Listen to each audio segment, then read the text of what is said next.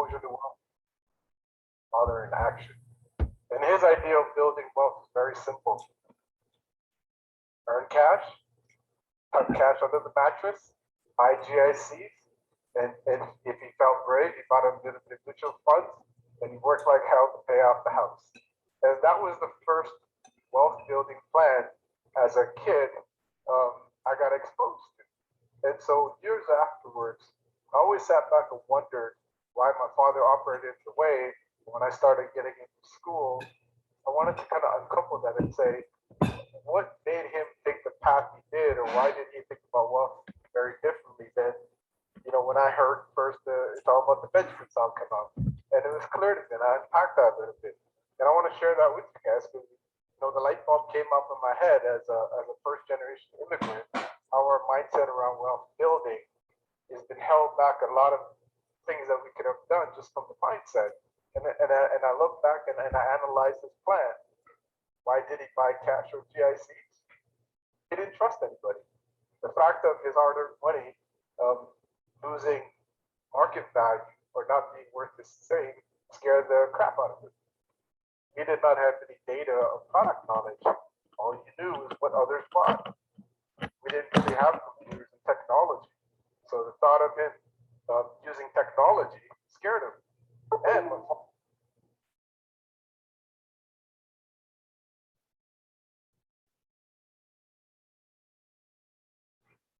father never really wanted to take any risks. And so those ideologies and DNA built into his version of a wealth building plan. Guess what? For many part of my years, that was embedded in me until I met tech, right? And so I learned to change my mindset. That's what I'm really here to help everybody think through the evolution of how we use tech to build our own financial wealth plans, right? And my four cornerstones are, contrary to my father, I learned to trust, right? Learning to trust who you give your money to is very important. We at TD, we believe we're more in the trust business than anything else we do. And you've heard our CEO talk about it in many forums. And my trust built over the years with the evolution of how banks were regulated, the amount of price transparency that's available. So these things are important into figuring out how to learn to trust money. Then I got very data savvy. I got product savvy. I Googled and researched and looked at data. Everything was so available through technology that I learned what a bond is, what an equity is, what a basket of swap is. I tell you, I never looked back at GICs after I learned what they paid.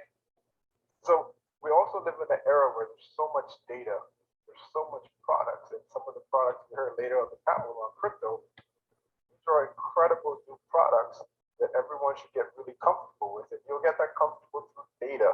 And so that's the other technology part of plethora of data and products that are coming out faster, better than ever. And the comfortable thing about getting comfortable with tech is that it removes a lot of barriers to how you build your wealth.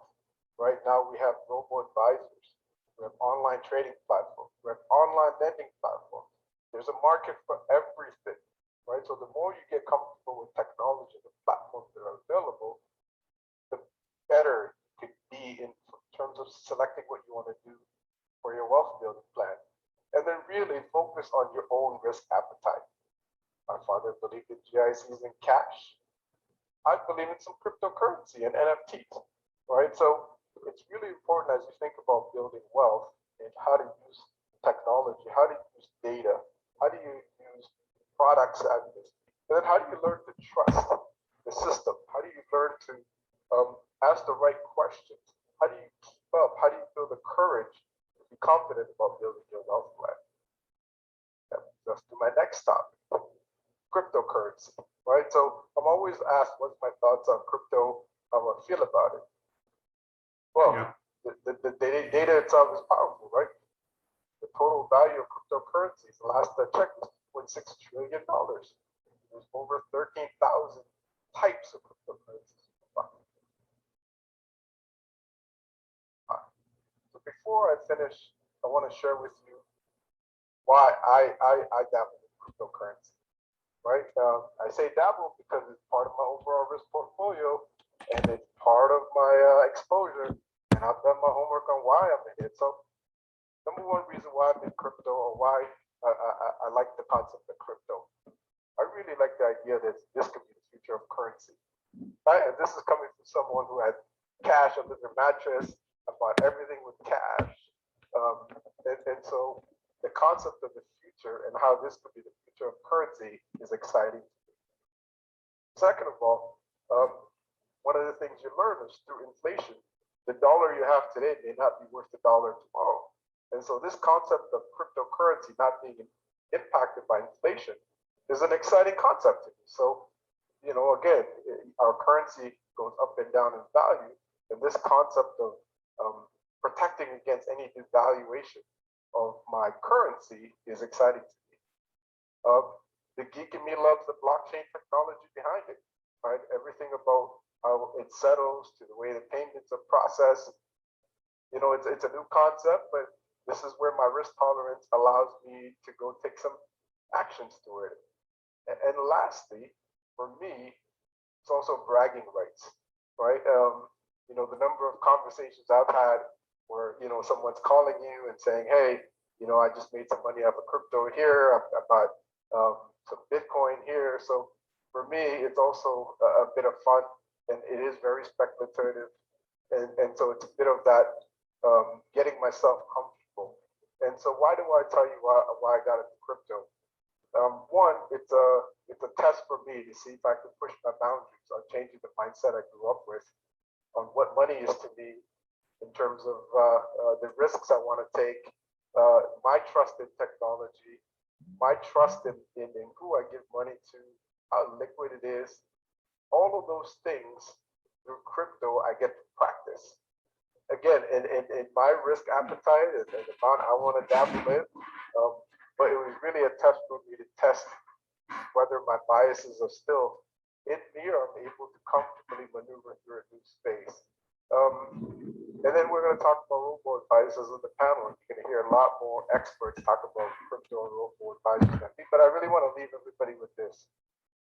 Money is an interesting concept. Wealth building is also a very personal journey. But we're now living in an era where the journey is very much influenced by our willingness to trust the institutions we put our money in, courage, our ability to use technology to be more informed of the data behind the stuff we buy, the product savvy we can all build around it, and then the risks we can all take with it, much more than the generations before us who had different risk appetites, who didn't have access to information. And through technology, all of the barriers that be broken for us to be our own build wealth managers through platforms and other things. And so that's what I'm really excited about. And it's exciting now to also hear my kids who tell me they'd rather have Bitcoin than a PS5. And so I love that narrative. I think if anything I want to leave everybody with is we are the narrative. We have to adopt technology. We have to teach wealth building. We have to teach courage. We have to teach them to do that safely. So with that, thank you so much for the opportunity to spend time with you today. We have an esteemed panel who are very good subject matter experts in exactly what I'm alluding to. I wish you all the best. This has been a great event. Thank you for the invite.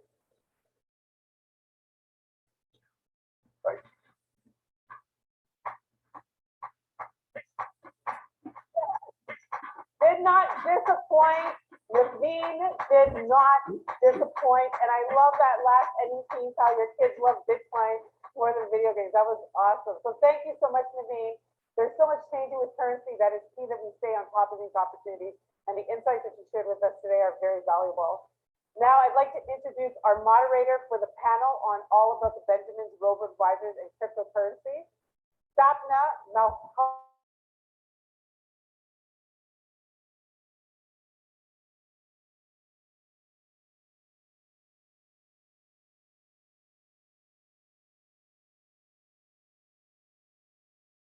Within global technology services. Sapna brings more than 2 decades of domestic and international management consulting experience supporting sales and business operations in the technology, financial services, and telecommunications industry. She started her career at RBC, later joined Accenture, and Rogers Cable, and then relocated to England to lead the global business change and optimization practice at Amdocs Consulting. Stop it, we need to get together, we have so much in common.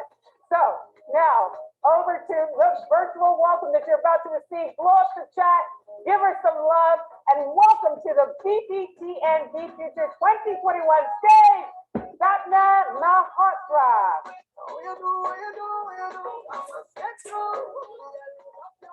Wow, thank you so much for that introduction, and I agree we have tons in common. And in fact, I have been enjoying every moment of this conference amongst all the people here. I have so many notes, it's unbelievable. Even the last session, I was taking that note that we are responsible for our future, and it just got me really kind of engaged. Now, I have to admit, I'm a little nervous because being the podium for all of these amazing individuals is a little stressful, but I cannot complain because I got two brilliant analysts, and their background definitely gives me career envy. And what is better to talk about before the weekend about money?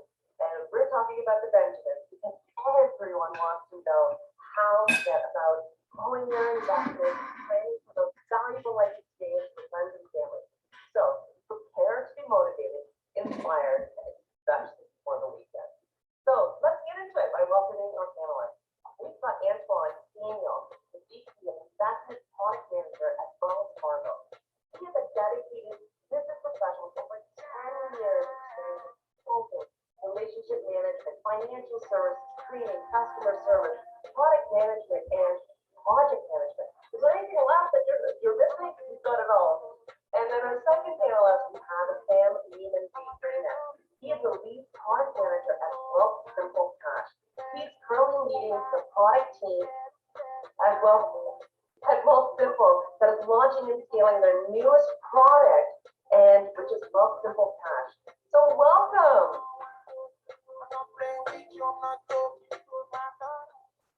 Thank you. Glad to be here. Oh, this is great. You know, honestly, when I read your background, I got super inspired. And every time I get inspired by people's career journey, I gotta dive in. I can't help it. I'm just always curious about it. I mean, I know my career has been active in emotion, so I'm sure your journey has been quite interesting. So could you give us a little bit of a background on yourself? Like, what inspired you to get started in fintech? You want me to go first, Sam? Go ahead, Antoine. Go ahead. All right. Yeah. So just a little bit about my background. So after obtaining a computer science degree from Benedict College, I read a book by Robert Kiyosaki named Rich Dad Poor Dad. And in that book, there was an excerpt that really touched me. It said that you could be a person could be highly educated, professionally successful, but financially illiterate. So when I graduated, I realized that was me. I had the degree, some test knowledge and programming, but I didn't know finance at all. So after graduating, I started to basically dig deep on understanding finance. So I joined the firm, got my licenses to really learn about how finance works, what was a mutual fund, what was an ETF, things of that nature. And then from there, I realized that through a few mentors and different folks that I could combine the two, right? And that's essentially what fintech is. Now I can take my passion for computers and technology and combine that with the knowledge I've learned over the years in finance. So that's really what got me inspired on in fintech. Wow, that's brilliant. Sam, what about yourself? Was your journey something similar or a little different?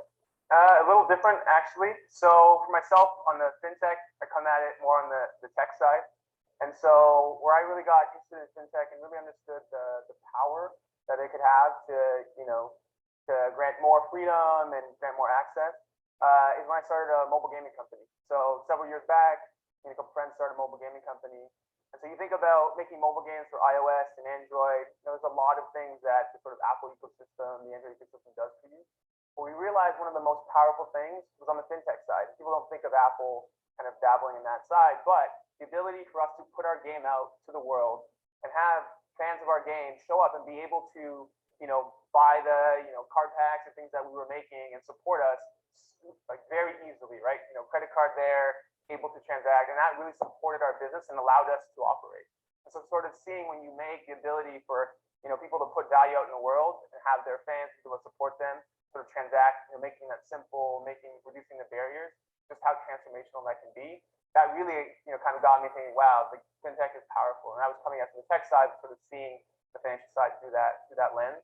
And then fast forward, it's my time at Shopify. So I was at Shopify, working between Shopify and Facebook, helping merchants, sell on Facebook, Instagram, and market. And again, we did a lot of things to help merchants succeed. But one of the most powerful things we helped do was bring Shop Pay, if anybody's familiar with that, it's basically like one-click buy, and bringing that infrastructure into Instagram so that if I support my favorite creator, my favorite, t-shirt company, it's very easy for me to support them. There aren't barriers, a couple clicks. Sort of seeing the power that once you sort of remove those barriers, how it can really transform, people's lives. That was hugely impactful to me.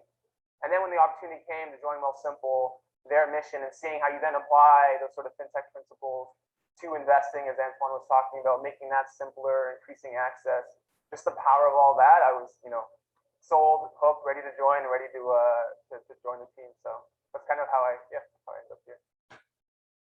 Oh, that's brilliant. I mean, that's a fascinating journey itself. Which is interesting because both of your journeys actually have been led by curiosity, which I think that's where the step one starts anywhere. So maybe we'll start with you, Antoine, for the next question. Growing up, were there any myths or cultural norms that impacted how you view personal finances? And then the second part of the question would be, knowing what you know today, what would you say to the young Black people listening in and telling with the idea of starting to invest? Yeah, I mean, I think cultural norms and myths, sort of what Naveen said earlier, the introduction of the keynote speaker, how he would hear about putting the money in the mattress, right? I watched my dad, who's an entrepreneur, have troubles with getting access to funds, being a Black young entrepreneur, trying to get funds. Investing, from what I was told, was for the wealthy, right? If you were white, you could invest. White people invest, not Black people. You would just need to keep your money under the mattress, maybe save some cash out of fear, right, that you might lose your job or something, not investing, but save some cash for that means. So that was a lot of those things tend to happen. It's almost like we convinced ourselves that we couldn't afford to invest, so we didn't understand it well enough to invest, right? And then just knowing what I know today, what I would tell young Black people today is invest sooner than later, right? I didn't do it for quite a while because of what I learned, as I mentioned earlier, just understanding investors. I was financially illiterate. I had a college degree and didn't understand what a mutual fund, an ETF, SMA, all these things that I know now, I had no idea what they were after graduating college. So I would say, especially, where Sam is at, the robo advisors give you an opportunity to invest. You don't need a lot, right? They're lower cost. They help you through the process. It's almost someone like him is creating a process to make it easier for you, right? So why not invest? Find a mentor if that's what you need to do, right? If you don't understand, find a mentor who knows about investing, and then just sort of pick their brain, figure out times where you can meet with them and understand exactly what you need and what you should be doing sooner than later. Because had I invested earlier, I may have been a lot further along than I am now. I'm preparing for my financial future. Oh, wow, that's really important and impressive. And I really, you're right, that the robo-advisor, it really kind of helps us, guide us through those things. I mean, I know I feel it's just some coaching, so I'm sure others feel the same thing, and a little intimidated. Sam, what about yourself? Growing up, was there any myths or cultural norms that impacted how you view personal finances? Were the same things that Antoine was saying. I think if I look back, my parents, my dad, came from Ghana and sort of had to build his career here and life here. And so I think there was sort of a, once you've built it, you don't want to risk anything. You sort of want to hold on to it tight and not let it go. So I think that sort of led to it. And it was actually my mom who was sort of the one that actually took a step and started to get into it. And then, sort of investing in properties and things like that. And so I think what that taught me, and even back to what Anton's saying about Go Simple, and what we believe is just getting started is sort of the start of that cycle of learning. And so you sort of build it up to be this thing, you sort of think it's with somebody else, you never even take the first step. Then it's a barrier where people are like, oh, you should learn about it, you should read about it, but that's not really helpful. And so we try to build our products in a way that it's very easy to responsibly, back to robo-advising, and we sort of manage this alongside you or with you, is to take that first step, start very small, and then that is going to get you to understand, okay, now I have some, okay, the market went up, it went down, why? Okay, if you get paid dividends, okay, how do dividends work? How do you even value a stock? Like, so all of these things start to really pull you in deeper into that cycle of education once you just take that first step. And so we really focus on that, making it very easy to take that first step in a responsible way, in a way that's guided, that you can trust. And so I think that's really powerful. Maybe that's what my, going back to my dad, I would say, take that first step. My mom did, and then I would pass it on then to younger kids. Even if their parents, didn't help them do that, maybe you can take that first step, and then that's just going to start to snowball and start to compound, and then do it, as I'm saying, where you get that, that compounding over time, where the earlier you're in the market, the more value it is. And so that beauty is just going to keep rolling for you going forward. So. No, that's really amazing, because sometimes it really can feel like a little bit of a maze for the elite, because it seems to be that you kind of have to be a master to get through things. When I look back at your background, and especially on the product side, I would love to hear your thoughts on the role of how technology is improving access to these financial tools. Sam, maybe we start with you. Yeah. Let's go with that. Yeah, so Change it up. Change it up. I'll go first. Yeah, so you say technology, I guess technology, is a big thing, makes different facets to me. When I think about it, we think about, software and the internet.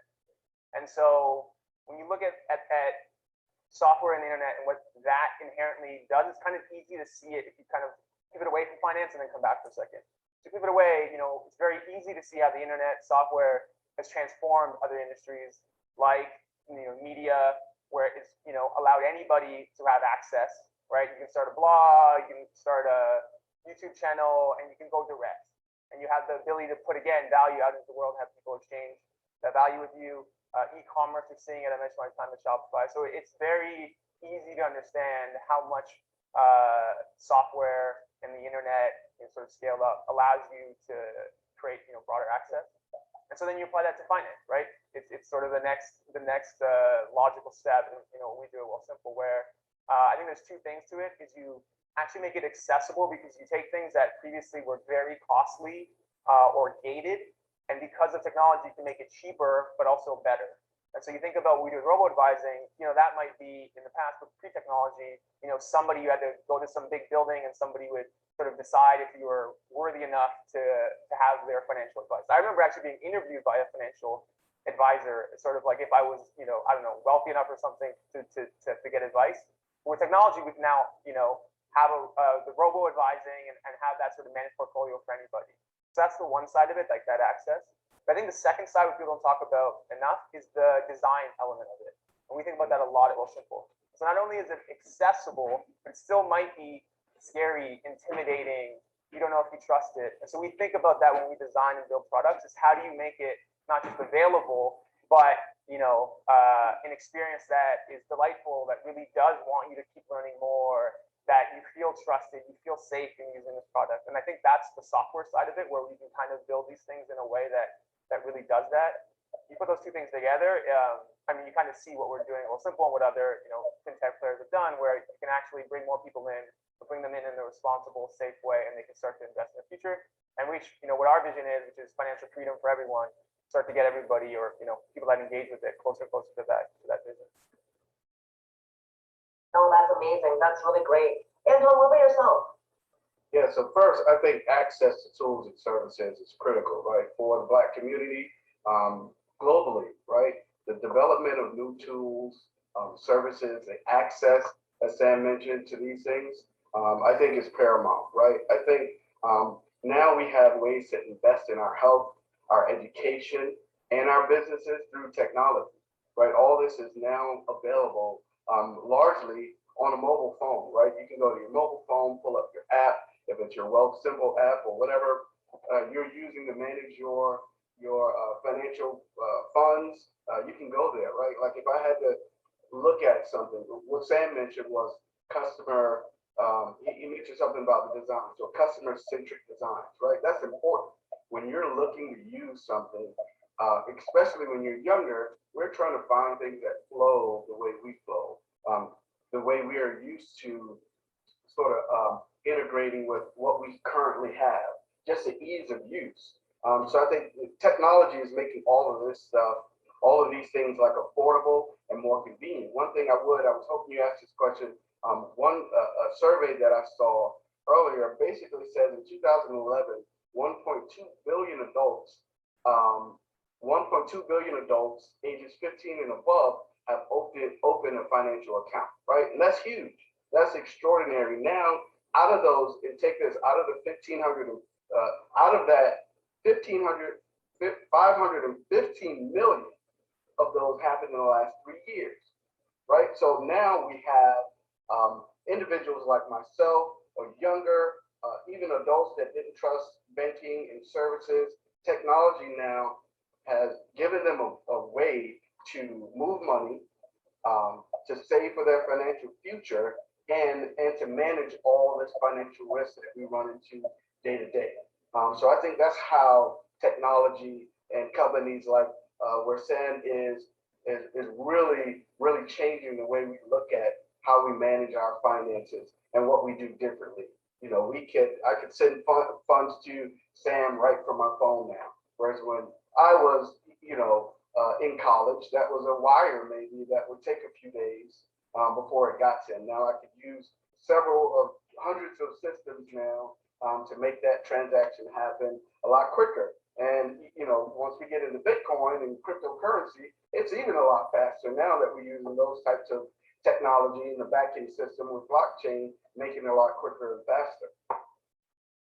No, this is brilliant because, I love how you guys have said it, it's first getting access to it, making sure it's easy, understandable, that customer-centric design, because it should be something that is intuitive and not feel like a legal disclaimer. So Right. This is really great that there's product innovation that is really driving towards that vision to make it a lot more easier for us to navigate through that complexity. So before we get into the next question, let's check out Slido on your screen, which is to the right of your video box next to the chat tab. So let's ask the audience some questions because this is where my new curiosity is. So first question, how would you describe cryptocurrency in one word?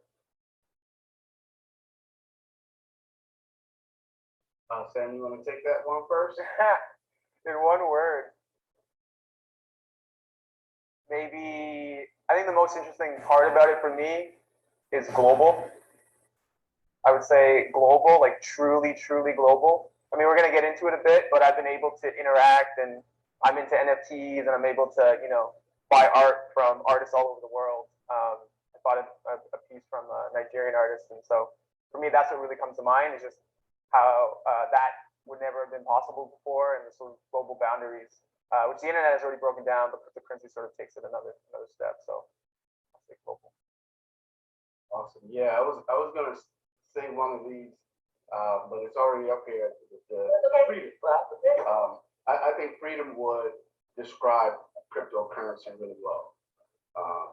And as he said, we'll get into it a little more, but once you understand the concept of crypto and how it works, it really is creating freedom for a lot of individuals and all over the world.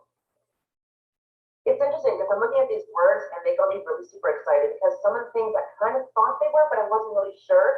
And now that I'm seeing other people saying these big buzzwords, I'm kind of like, okay, I'm with you. I'm on roller coaster. Innovative, freedom. Let's look at the words: decentralized, future, complex, e-money. Like these are big, huge, powerful notions to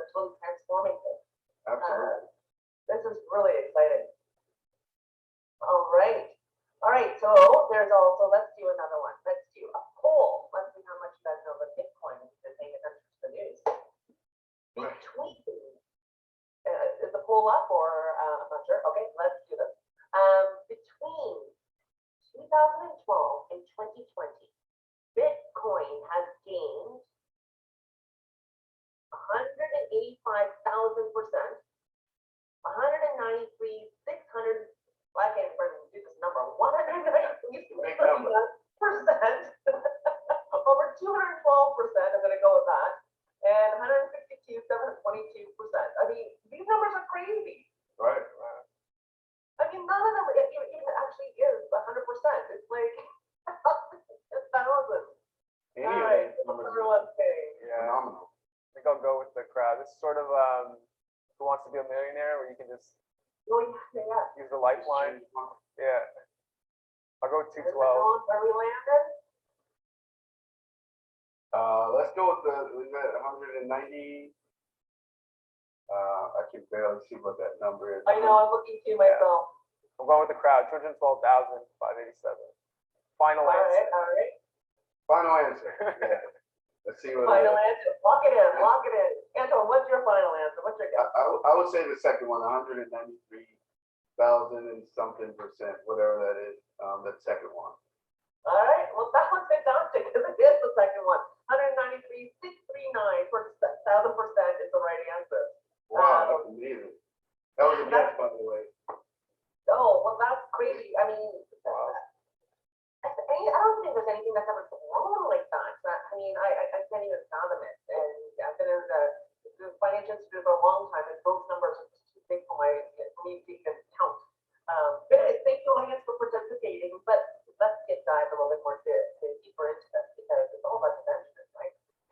All right, Antoine, I'm going to start with you this time. All right. So, I've been really curious, and I'm sure the audience really wants to know, because you kind of mentioned it earlier on, about robo-advisors. So what exactly are robo-advisors? I mean, what is exactly your take on this? I think robo-advising is definitely becoming, like I mentioned earlier, probably increasingly common among young investors, right? I think robo-advisors make it easier, hopefully, right? Some make it easier for you to understand investing, right? You can get started early with a low amount of funds. You don't have to get sort of questioned like Sam did when he wanted to invest by a financial advisor to figure out whether you're worthy or not to for their services, right? You go to a robo-advisor, add some of your know your client information, your name, your retirement date, or around that range. You can give information like how much you plan to invest. And the robo-advisor does it from there, right? You don't have to really know the difference between an ETF and a mutual fund. Let's be honest, the majority of us don't have sort of that education, that financial educational background to even know what some of these things are. Thankfully, through technology, a lot of this information is available to us. But if you're busy, you're a parent, husband like I am, running a business, things of this nature, you may want someone to do it yourself, right? Think about this. We have things like tax loss harvesting. I remember learning about tax loss harvesting early on when I started to study for my licensing. But back then, that was considered a sort of a service for the wealthy, right? If you had enough funds, tax loss harvesting would be done for you. You can get a robo-advisor today that automatically does that for you. That's not something that's out of the norm. It's practical now for the majority of us to get access to this type of service. And lastly, we have access to quality investments, right? We have access to a lot of quality investments at a lower cost. Earlier, I was talking about ETFs, SMAs, alternative investments, all these different things that you can invest in. You now have access to it through robo-advising. So I think it's changing the landscape in an awesome way. And it's just the beginning, right? Betterment started first, and this was only recently. We still are sort of infants in how robo-advising can help. I know some financial advisors that actually use a portion of robo-advising for their business. They're independent financial advisors and still meet with clients, but they use a lot of the automated services that come with robo-advising to make their day a lot more efficient, because it's all about the Benjamins, right? The more time they spend with the client, the less time they have to manage your portfolio. So if it's all about the Benjamins and we all want to make sure we're utilizing our time wisely, robo-advising is really, really taking off. It's really fascinating. I mean, Sam, what about yourself? I mean, especially being that you're from Rough Simple, I mean, this has got to be crazy and insane in terms of the robo advisors in Canadian landscape, especially, right? So what are your thoughts about how this robo advisor is really changing that investment landscape? Yeah, I mean, just plus one to everything Antoine said around tax loss harvesting, bringing that to everybody, accessibility. We talked about taking that first step. I mean, that's what we believe in. Our motto in the early days, and we still have it, is get rich slowly, right? It's sort of that, get started and methodically build your portfolio. And so, I mean, the only thing I would add to is what Antoine is saying is that second piece, sort of the get rich slowly, is not only is robo advisor make it easy to start compounding, your gains and start to build build towards financial freedom. It also helps you stay invested. And that's the most important thing, right? Is that you're not constantly pulling it out, trading, trying to beat the market. With robo advising, again, the way it's, we design it and we think about it is you make it so that you put it in and you just watch it grow and you're not tinkering with it, you're not playing with it. And I think that's maybe not talked about as much, but it's super important, is the experience around robo advising really kind of promotes the best investment philosophy and in the end, like, that is the portfolio that's going to win, and not sort of in and out and day trading. We believe more in that methodical investing and staying in the market and growing your wealth over time. So I think that's very powerful part of robo advising. No, this is brilliant. And Antoine, I'm going to start with you on this one because we kind of started chatting a lot more about this, but how is cryptocurrency, Bitcoin specifically, changing the world of finance? I mean, the recent popularity and those percentages that I can't pronounce, is this a trend or a fad, or is this really a true opportunity? I honestly think it's a true opportunity, right? I think Bitcoin, cryptocurrency, is here to stay, right? I don't think we see this going away anytime soon. I've literally seen businesses created because of this sector, right? You have startups, you have a lot of firms now deciding and looking at cryptocurrency as a real investment. You're starting to see more regulatory talks, and then you're starting to see the culture really dive into cryptocurrency, right? Those are some of the main things that you need for any big shift in history. We talk about the internet boom, the real estate boom. This is happening now, I think, with cryptocurrency. Bitcoin just being one of the most popular, I think is here to stay. I mean, think about this. If you think about Venezuela, right? Venezuela was an economy. They basically were almost crippled because of U.S. sanctions.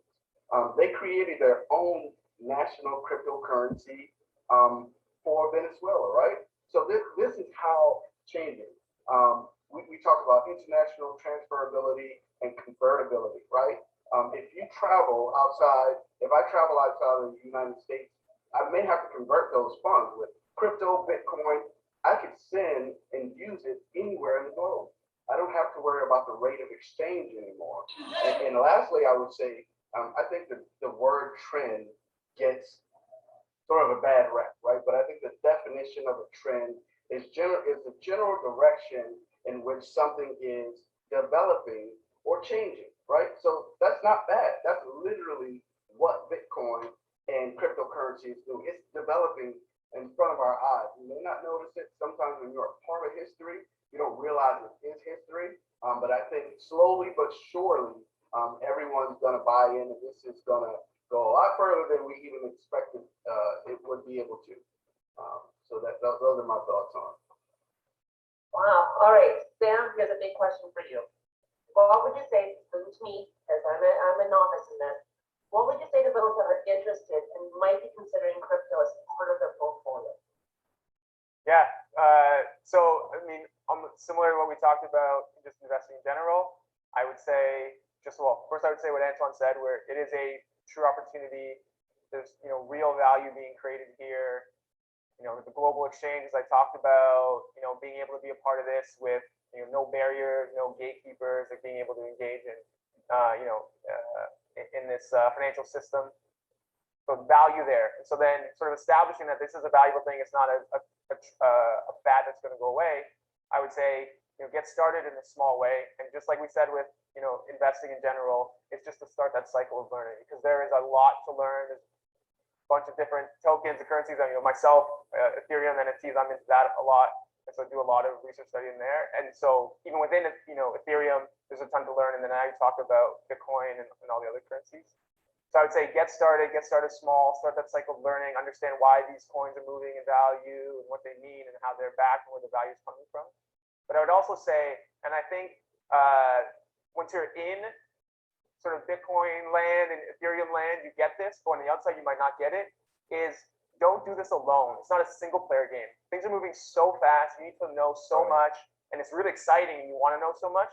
So form a group, find people, either your friends that you can learn and educate together, or find communities on Twitter. There's a lot happening there, Discord, Telegram group, like really get together and kind of do this, as a multiplayer sort of exploration, and you're just going to learn faster. You're going to be able to talk about it with each other. I think that's sort of the thing that maybe people don't always do, and what I found really helpful is sort of doing this together, not just doing this alone. So that's what I would say, is start small and sort of find your community to do it with. So I'm being told that time is almost up, and gentlemen, I could have spent with a couple more hours picking your brain, that's for sure. So final words for someone in the financial sector that's looking to learn more. I mean, we mentioned about cryptocurrencies, mentioned ETFs, we talked about stocks, we talked about so many different things. What do you think people need to do and go to keep up with all these emerging trends, this fintech trends? Sam, do you want to start? Sure, yeah. I mean, it kind of connects to the last thing I said about community. But I guess what I would say, and when I was prepping for this, we sort of talking about internally, is there's a difference between keeping up with the trends to try to predict the market, and again, back to trying to buy at the right time. Like, we don't think you can really beat the market. What we'd say is the best education, again, is being in the market and actually starting small, and then understanding why things are moving the way they're moving. Like, why did the price go down sort of after the fact? Why did this change? How did news of the day sort of impact things? So I think that is what I would say is sort of once you're in and you sort of are invested in understanding why things are moving, that's where the education comes from. And so that's what I tell you. But don't focus the education on trying to upfront predict. Can't really do that, but you can sort of after the fact learn and then deepen your knowledge as we go. And so I would say start there, and then that's what makes it fun, because then things are going to happen, and then you're going to educate yourself, as opposed to feeling like you have to educate yourself to predict everything and be some prophet of it all. Like, once you sort of understand that, sort of remove some of the fear of it, and it's actually fun to learn and to dig deeper. And I'm just going to close with you. Last thoughts. Give it please. So I know we should be wrapping up. What I would say is join a professional organization like BPTN, shameless plug. This has been awesome. Find a mentor, attend conferences like The Future. So you can, as Sam said, you can dialogue with different folks, devote time to tech news, looking it up, connect on social media, prioritize what you're learning and what you want to learn. Share your ideas, peers, listen to TED Talks, listen to podcasts like Black Tech and Black Techish, and then maybe watch a startup. I have a friend, shout out to Bandwagon, who started a tech firm that's using blockchain, and this all got me interested. This is how I'm learning how this all operates and works. Honestly, both of you, Sam, Antoine, you guys have just got my curiosity going beyond belief. I have so much to learn. All those tools, I can't believe that there's so many out there. But you've definitely got me thinking about how to really be the driver's seat for my money. And so thank you so much for this. We really, really appreciate it. For all your insight, and thought leadership, and